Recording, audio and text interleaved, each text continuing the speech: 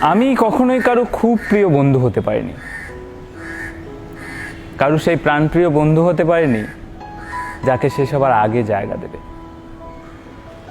কারো সেই প্রাণের মানুষ হতে পারিনি যার জন্য কেউ আলাদা করে প্ল্যান বানাবে।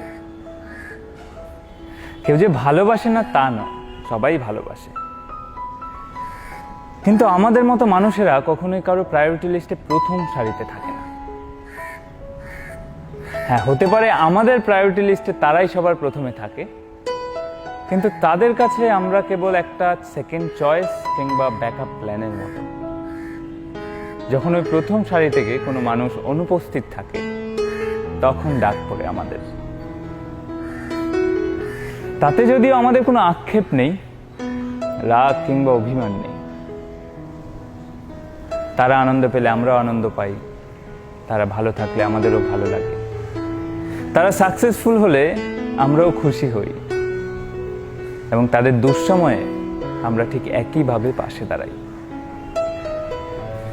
আমাদের দুঃসময়ে কেউ যে পাশে দাঁড়ায় না তাও ঠিক নয়, দাঁড়ায়, কিন্তু সেটা কতটা দায় সারার জন্য দাঁড়ানো তা জানি না।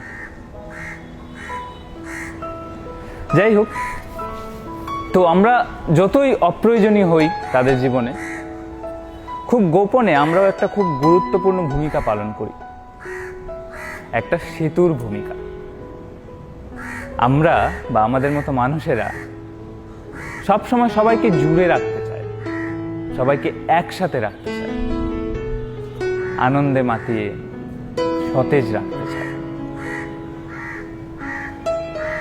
নিজে জীবনে যতটাই উন্নতি করেছি না করেছি, অন্যকে সবসময় তাদের গন্তব্যে পৌঁছানোর জন্য সাহস জুগিয়ে যায় অবিরত, এবং তারা সেই গন্তব্যে পৌঁছাতে পারলে আমরা ঠিক ততটাই আনন্দ পাই তারা নিজেরা যতটা।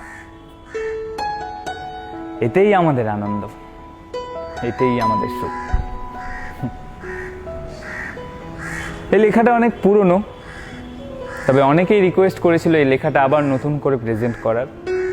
তাই এই ভিডিওটা রইল সেই সব মানুষের জন্য যারা আজীবন পাশে থেকেও কারো প্রিয় হয়ে উঠতে পারেনি, আমার মতো।